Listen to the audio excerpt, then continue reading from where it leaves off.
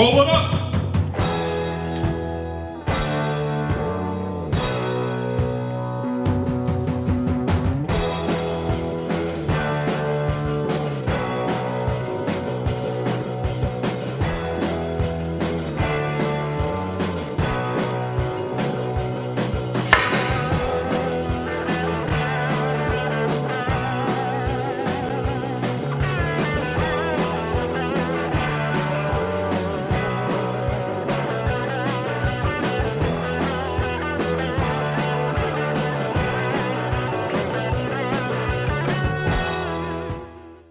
You know, at 10 years old, you're very, well, I guess it was impressionable.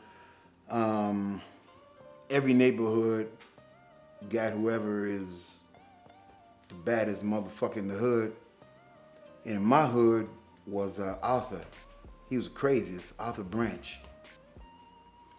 And there's a bunch of them, like 13 of the branches when they moved in the neighborhood. And Arthur wound up going to jail. He's my OG, Banner Beam. You know, he threw a nigga off a bridge. He got 17 years. But he was my main OG who put me down and taught me to be afraid of nothing. Yeah? Arthur, man. Then I was involved, but his younger brother was around my age, so me and Mike was cool. But his younger sister was my first action. You know, she was like 3 years older. And of course, she's in the joint, been in the joint 30 years. Just let you know, all right? That's that family, you dig me?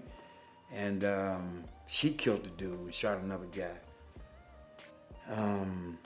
But when you're hanging with younger people and they got older brother and or sister who's in the shit, and you looking, you're impressed by it. So you want to roll with me? So I'm rolling with him. Now I'm not rolling with the younger girl who I'm tapping or the younger brother who we may be playing marbles and basketball. I'm rolling with the OG. We breaking in the shit, looking at money. I'm rolling with the OG, going to get brand new bikes. I'm like, brand spanking new. How do you do that in the hood? You ride out to the white neighborhood, what we say. Because they got money, leave their bikes out in the backyard, everywhere. You just ride by, pick up a bike, strip it, take the parts off, put it on your bike. So you rolling with an OG in your neighborhood, they basically control you because they're leading you up to where you're going to be next. And getting so far ahead by rolling with him, and then Ralph Pearson, Boo Man. He's blacker than 30 million midnights. And this how he walk. You seen Ralph Pearson coming? You know that was Ralph Pearson. He was cool as hell. He had that deep dip, tall like me. Cool brother though, man, but he had big rep. Then Johnny's brother Charles Kirkley and Sammy. You know, you roll with all them. I mean, I'm around, you know, heroin and coke, methadone and THC and Michael Dots, Black Beauties, Debs. Nigga, I'm in the dope house. Niggas going to the dope with guns, shotguns. That's what it is. Guns sitting on the table. It wasn't glamorized. Just protection. It wasn't glamorized. Not like today. It was not glamorized. Just protection. So when it comes to my hood, guys my age group, they can't even begin. They're like little toys, not even. I'll go around them and like, hey, this is what we do, this is how we do it. So now I'm the leader, right? So now I'm the lead, right? I'm OG in this shit, right? But the parents, nah. After I got released, nobody, when I came home, I seen them, but they couldn't play with me. Nobody on my street could play with me. That was another thing that pushed me out of the neighborhood and sent me, oh yeah, Obi, R.I.P. the brother Obi too. Yeah, Obi. Obi died like 18, he got shot, you know? So when you can't be home, I'm never home, because always arguing in the house. Mom and stepdad always fight, so I don't want to be there. I'm on my friend's house. His mama, they let us smoke weed, hang out all night. The one and final thing that it got me incarcerated for 1 year and 20 days was, it was a breaking and entering of a grocery store that had been burned and was boarded up. And we were going in still looting. Got caught, we was in the store. We was getting ready to leave. And the police pulled up out front. We ran back. Of course, we was in the store, we tried to hide. Yeah, 10 years old, cold metal in your jaw. I was behind the door. Picture that. It's cold-blooded then. I already had a record, and that was the final one for me. That judge, Simpson, interesting, I remember his name all those years, right? He was tired of me. When he saw me again, he said, I told you if you come back here, that's it. And he went, boom, BTS, which meant Boys Training School. Now I just looked and said, bye, Mom. Bye, Eddie. That was my stepdad. RIP to both of them. More my mama, though. Like at 8, 9 years old, living on Dexter and Finkel in Detroit, Michigan, and just rampaging everything from stealing in stores, stealing purses, stealing clothes, shoes, fishing rods, everything. Your car and your purse, everything. Breaking in your house, bikes, kept getting caught, youth home detention. Finally, the judge is like, that's it, because I've been caught so many times and got away, of course, many times as well. The people older than me were what we call today our OGs. We didn't call it back then. But they were the ones that we looked up to, who we respected, and who we wanted to be like. And they showed us what was up. They showed us how to drive. They showed us how to steal bikes. They showed us everything. And that's what we longed to be like. And on the outskirts of Young Boys Incorporated, which was the first young gang group, and when they started giving time trying you as an adult. That came out of Detroit. It was Young Boys Incorporated. And I was right on the outskirts, RIP, Johnny Kirkland, and Gregory Ferguson, John Lester, these real niggas. They were running, holding down. And Johnny trying to bring me in, but to bring me in, we scoping the bank right down the street, right there, Detroit Bank and Trust. That's crazy, right on the corner from my neighborhood. Dexter, Finkel, Fairfield. Detroit Bank and Trust on Fairfield. We in an apartment down the corner, scoping it. After that, I got in religion. That saved me. And after that, I found later, my man got killed. Got behind the wall. You know what you do? Start beating the glass and shit like, damn. And it was an empty space. Empty space, you know? Not knowing what to expect. I was glad I knew how to do things, because it wasn't even about that, because you had OGs, because this wasn't exactly prison, but it was those of us who were that close to go. So you had cottages that were like houses. The big dudes was in California, in Virginia, in Texas. Smaller guys like me, I was in Minnesota. Next door was Washington. And Montana was for those who would go AWOL and shit, right? That was the deal. You had cottage parents who come in the evening, and that was Mr. and Mrs. Hogan. Barely could walk and stuff, but they were very, very rich, real Southerners, you know? Yeah. Weekends was Ray Moreland and Bill Ware. They were the brothers. They were cool, you know, with the fros, and they went to Michigan State, which is where BTS was at. It was in Lansing, Michigan. And but when they came on the weekend, it was a party. You knew it was a party, right? And they were cool. They were really cool. My release date, it kept getting pushed back because I kept getting into fights.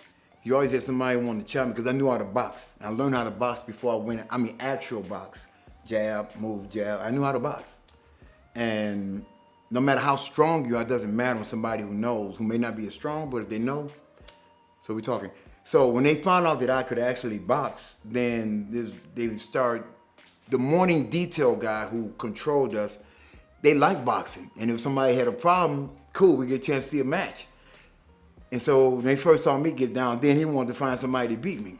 So then he found this other guy, which was, it's like way, it wasn't balanced right. Knocked the fuck out of me. Hit me in my ears in the wintertime, and first thing you do is instill fear in somebody, right? Bam, he hit me in my ear, I'm like, shit. And I looked at him, he looked crazy. I'm like, shit, put fear in me. I'm like, shit. He said, wait, I'm gonna let y'all get down. I said, I gotta use the bathroom. I'm in the bathroom, shaking like a mother, right? I'm gonna do this. Just remembering my lesson, remember what I'm gonna do. What you gonna do? You coming out? You coming out? You scared? Hey, yeah. So I come out, remember your lesson, stick and move. And I stuck and moved, and I won that one too. How do I prepare myself for rejoining the public? I mean, at that age, it was like I had been away, not exactly on a vacation, but I had been away and I really didn't have a concept of the public. You know what I mean? So preparation was like preparing to go home. I didn't have an idea of society and what society really was or understood, nothing like that. So it was just going home. I got home, I was taller than everything in the house then. I remember I grew, yeah. Well, first thing I did when I got out, go visit all the friends that didn't come see me. And found out where the action was at. And just like one of my songs, as soon as I hit the street, right back at it. Gangsters got to have it, you know what I'm saying? Just didn't get caught. Just didn't get caught no more. And finally just kept messing up. Then I couldn't go to public schools no more. So now, either I can go to public schools or they can say you get expelled again, you're not gonna be able to go no more. Or you can go over here and take the GED test. So I take GED test. I'm studying for the GED test. I met a guy, God bless him, Jesse, and he invited me to come to a meeting with him on a Sunday. And that meeting was at the Shrine of the Black Madonna.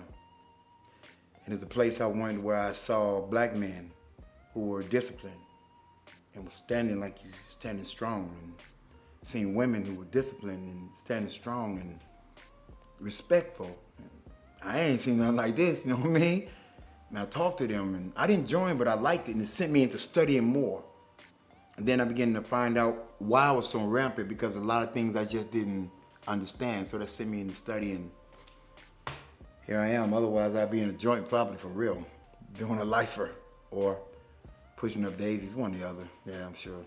My stepdad, he worked for years at Chrysler's, so he was easy able to get me into Chrysler's, And but I didn't like Chrysler's. I didn't like what looked like my future was going to be when I looked at the guys, the older guys, with those pot bellies. I'm like, nah, I don't want that.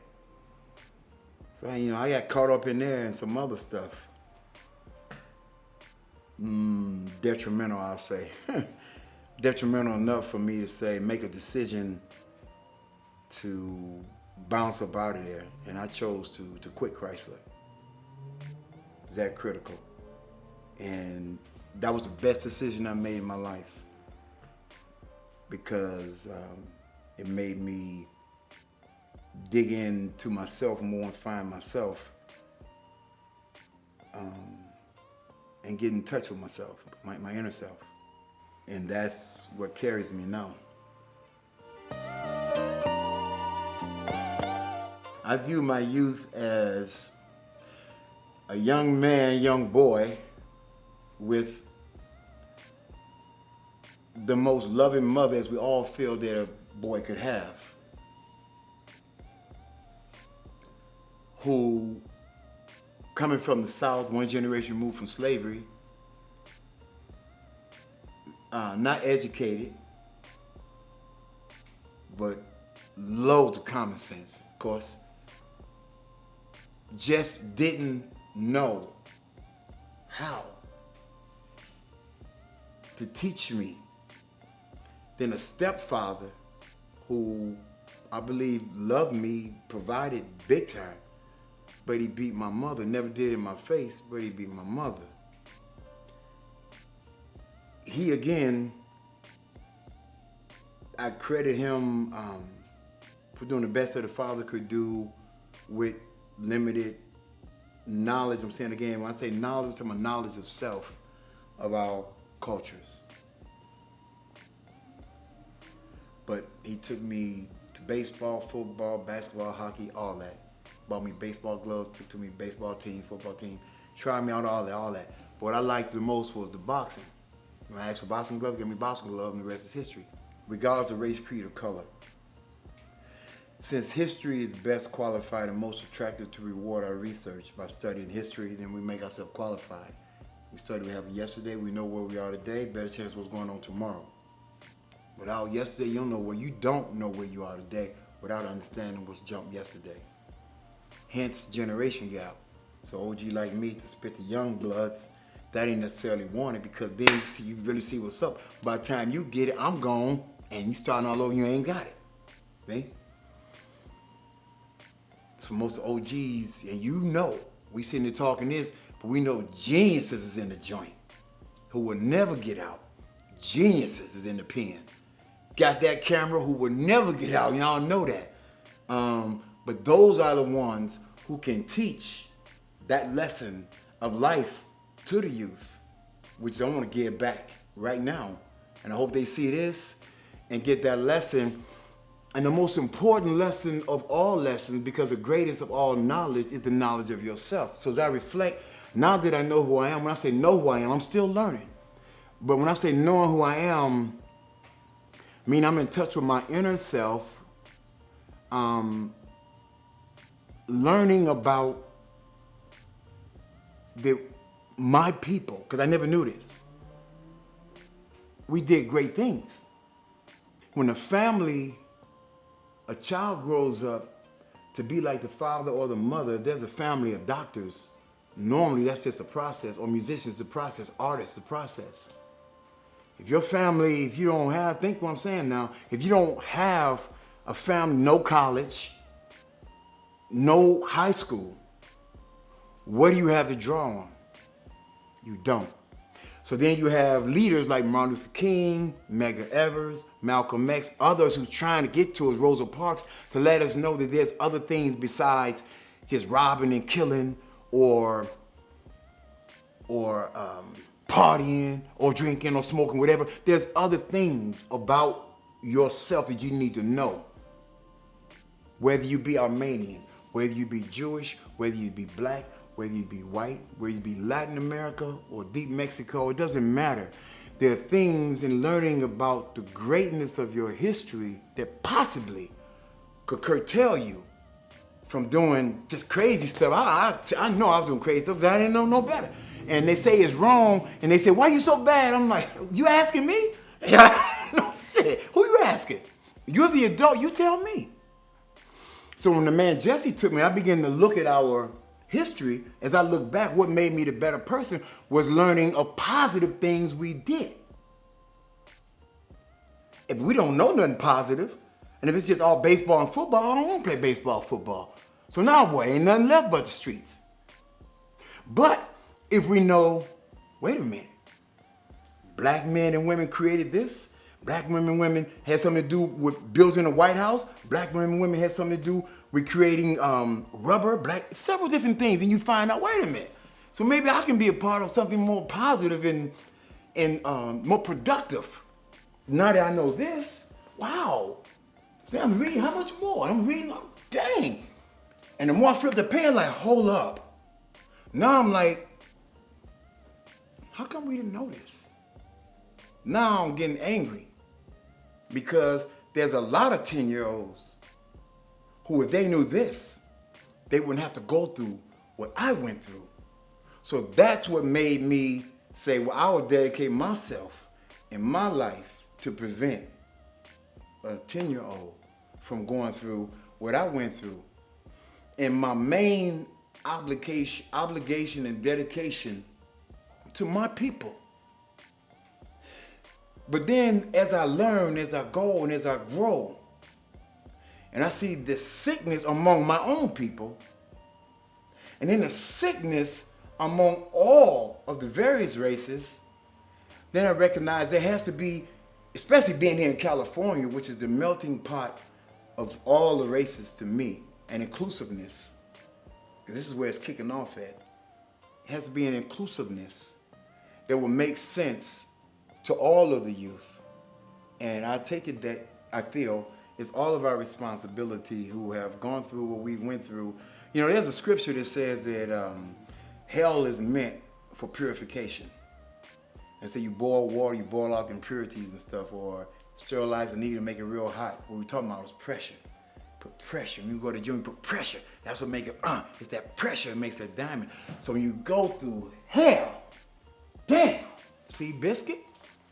Bang, Phoenix bird. that kind of stuff.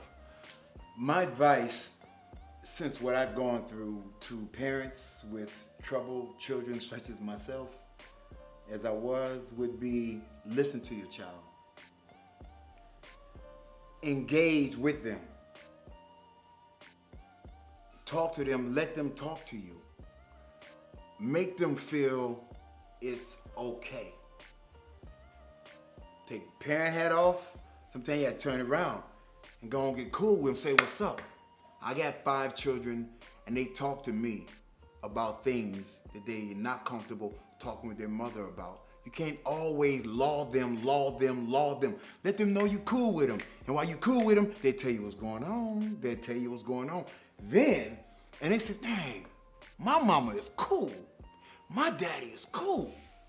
Because if you don't do it, they're gonna come talk to me, or they're gonna come talk to her, or they're gonna go talk to him. And they may be a crazy child molester, rapist, drug seller, user, and your child get caught up because they can't talk to you. You gotta make them feel, no matter what they are, no matter what they do or what they've done, that you love them. They need to feel that. They need to feel love. My parents never told me they loved me. Think about that. I tell my children, I say, think about that. Never being told that you was loved. My mama, I can count on one hand. My mama told me that. When she told me that, I felt like King motherfucking Kong. She said, I love my baby boy. That's my baby boy. Oh my God. Woo, what you saying? You feel me? My stepdad never told me that. Never. See, men, yeah, we rugged, but we don't want to show, man, you're a handsome brother. And ain't no homo, do what you do. You're a handsome dude, you doing your thing. Like, we can't compliment one another. Okay, so I love you, man. You my dude, I got you. Like that. Or my son, I love you, son. Every time I get off the phone, my son, I love you, son. I love you, son. I love you. And he's done this is word, this is real. So when a child feels you love them, they're gonna always confide in you. Because they know no matter what they confide, you are not gonna condemn them. But you are gonna say, okay, come here. We gotta work this out. We gotta work it out. Sit down. Yeah, you messed up. Now, what can we do? Man, that's messed up. So when they know you're with them, you wanna beat their ass, but I'm with you, we're gonna fix it. You messed up, but let's talk, come here.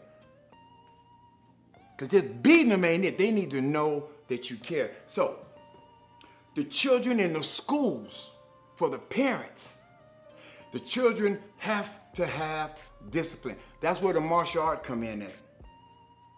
Martial art is not something that you do or fitness training. To me, that's your religion.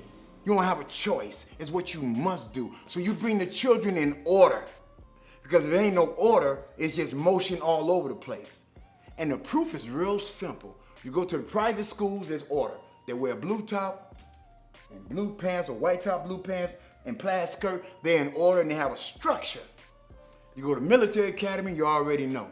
Top brass this country, military schools. We can't afford it. So we can't afford private school. So our children go to public school where it's like this and like that and all over the place. No rules. In public schools, I wouldn't want my children to go because there's no discipline there. So if the child is not taught discipline from the gate, as a parent, and what are your chances if you don't have no discipline as a parent? You are all over the place.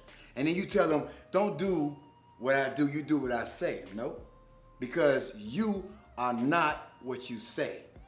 You are what you do. We're gonna listen real close to what you say, but I'm gonna watch what you do because you are the sum total of your actions. That's who you are, not what you say. So a child looking at you, when they see you getting it, when young G's see me, they know what it is. I'm OG to the fullest. That's how I can pull this. You dig me? And then like, you gotta listen, cause look at me, I'm a walking billboard. So if I'm telling you what's right, of course I'm telling you what's right. Cause I'm an example of it. You don't see me saying one thing and doing something else. No. We have to be an example. Children off the wild because the parents off the wild. Bottom line. Shango Henry, Mohtown OG, fresh out, life after the penitentiary.